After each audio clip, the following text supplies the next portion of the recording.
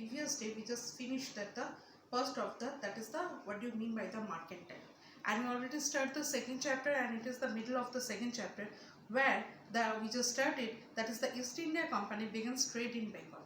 We just see there that is the mercantile company's motto was that to earn a maximum profit and there should be no competition. And how to do this, that is they are just they were making the fort, and they just wanted to get the maximum profit, and they didn't give the profit to the others, that is the local people also. Okay, the first English factory was set up, we are just seeing this one. The first English factory was set up on the banks of the river Hooghly in 1651. This was the base from which the company's traders, known that time as the factors, operated.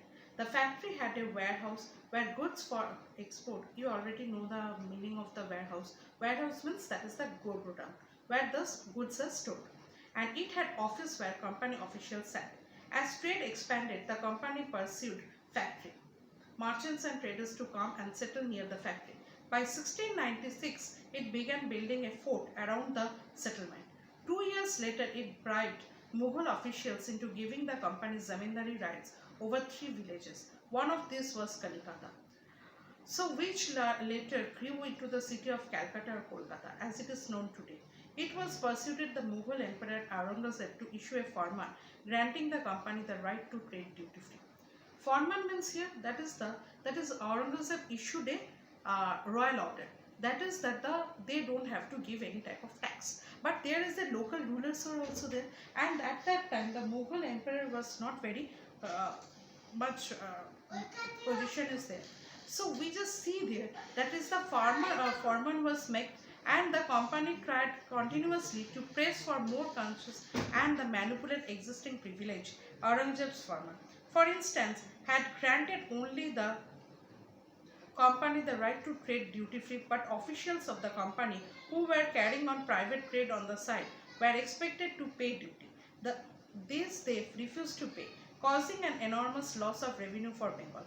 How could the Nawab of Bengal, at that time the Nawab of Bengal was the Murshid Quli Khan, not protest? So the problem arises, Aurangzeb gave the foreman to not to give any type of taxes, but at that time there is a that is in Bengal there is a ruler, that is the Murshid Quli Khan, loses the revenue from there. They had earned a very much money, but they didn't get the taxes to the local rulers, and also they were made the forts. They were just first they are just set up the warehouses, after that office, and after that the fort.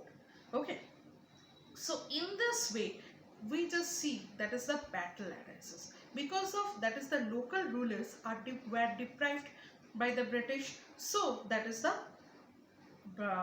we see that is the different types of we just see that is the famous battle of Plassey was started.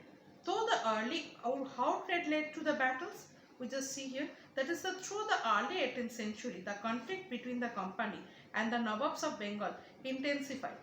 After the death of Aurangzeb, the Bengal Nawabs asserted their power and autonomy. So after Aurangzeb's death, that all we already know that the other local rulers they got the power, and they just become the free, they get free, and they just himself them prove themselves as a ruler of this area. So the Murshid Quli Khan was followed by Alivardi Khan and their Sirajuddaula as the Nawab of Bengal. At that time the Sirajuddaula was there. Each one of them was a strong ruler. They refused to grant the company's concession and demanded a large tributes to the company's right to trade, denied it any right to mint coins, and stopped it from extending its fortification. Accusing the company of deceit, they claimed that the company was depriving the Bengal government of huge amount of revenue and undermining the authority of the Nawab. It was refusing to pay taxes, writing the disrespectful letter, and trying to humiliate the Nawab and his official. The company on its part declared that the unjust demand of the local officials were running the ruining the trade of the company, and trade could be flourish only if the duties were removed.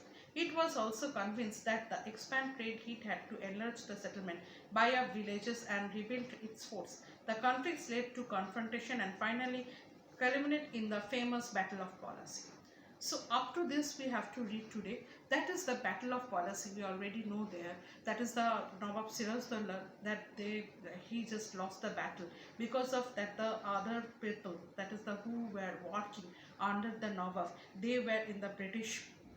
They are just so they are just joined the British, and they have to just and the Nawab also lost this battle. But before that, we just see there, that is the Nawab, that the Nawab Murshid Quli Khan, also that the Alivardi Khan, they didn't like the British, and also because of that they are just losses a lump sum amount of revenue there. Okay, so next day we should start from the Battle of Plassey.